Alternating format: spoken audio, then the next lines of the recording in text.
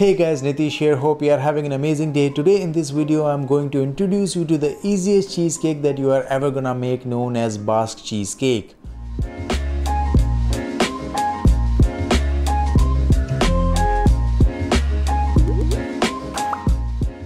This cake was created by Chef Santiago Rivera in one of the Spanish restaurants called La Viña. So basically it's like mixing a few ingredients together, putting in the oven and burning them at a very high temperature. And believe me, it will blow your mind when it comes out of the oven. So let's begin burning this cheesecake.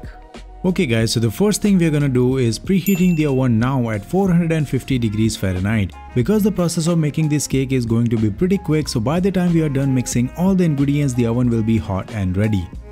Now we are gonna start with preparing a 9-inch Springform baking pan by greasing it lightly with some butter and lining it up with parchment paper. We are gonna double layer it vertically and horizontally to ensure that the bottom and the sides of the pan are completely covered. Then using a pair of scissors, we are gonna cut the extra tall ends of the parchment paper a little bit to make the shape even all around, and make sure we have at least 3 to 4 inches of parchment paper beyond the lip of the baking pan. Then in a medium-sized mixing bowl, we are gonna crack 6 eggs and add 1 egg yolk. It's better to do it now because if we break them directly in a mixing bowl while mixing, then there is a chance that a piece of an eggshell may fall into the cake batter and get lost in there somewhere. Now the next step is going to be making the cake batter. I'm using a stand mixer for this, but you can use an electric hand mixer, or you can do it manually by whisking all the ingredients with a whisker as well. So in a stand mixer's bowl, I'm gonna add 850 grams room temperature full fat cream cheese and smush it with a spatula just to make sure it's completely at room temperature. It should be easily spreadable and shouldn't feel lumpy, but just in case if it is lumpy, then let it sit at room temperature for a little longer before you begin mixing. Then I'm gonna attach the flat beater attachment, start the mixer on a low speed and beat the cream cheese for about 2 minutes until it gets smooth. Once smooth, I'm gonna add 160 grams granulated sugar slowly into the bowl and continue beating for about 5 to 6 minutes until the sugar is completely dissolved.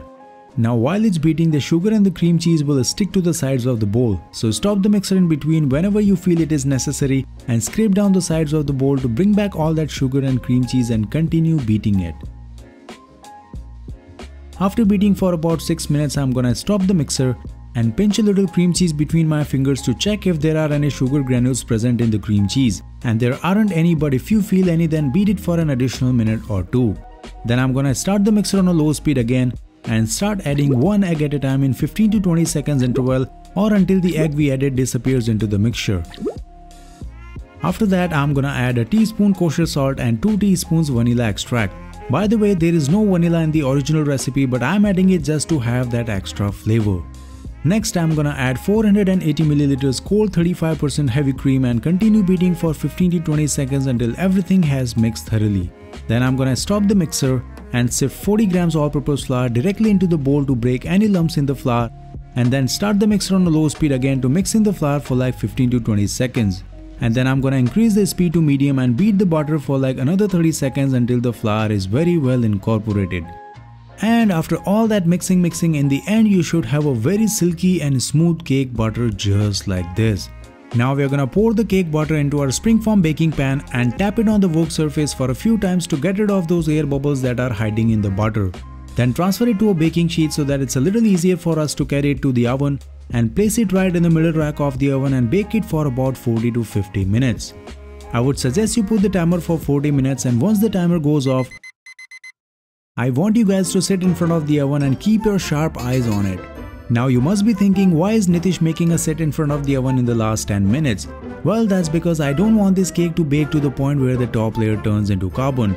So when you see the top layer is just shy of turning black, that is when you're gonna pull the cake out of the oven. And mine took exactly 47 minutes.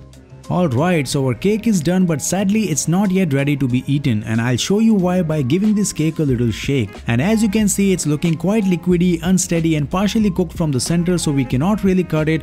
But don't you worry guys, this is how it's supposed to be. It is a good indication that the cake is at the right temperature and is baked at the right consistency. Now we are gonna transfer it to a cooling rack and let it cool off and allow it to set completely at room temperature for about 3 to 4 hours. During these hours, the steam is gonna escape and the cake is gonna continue to slowly cook with its residual heat.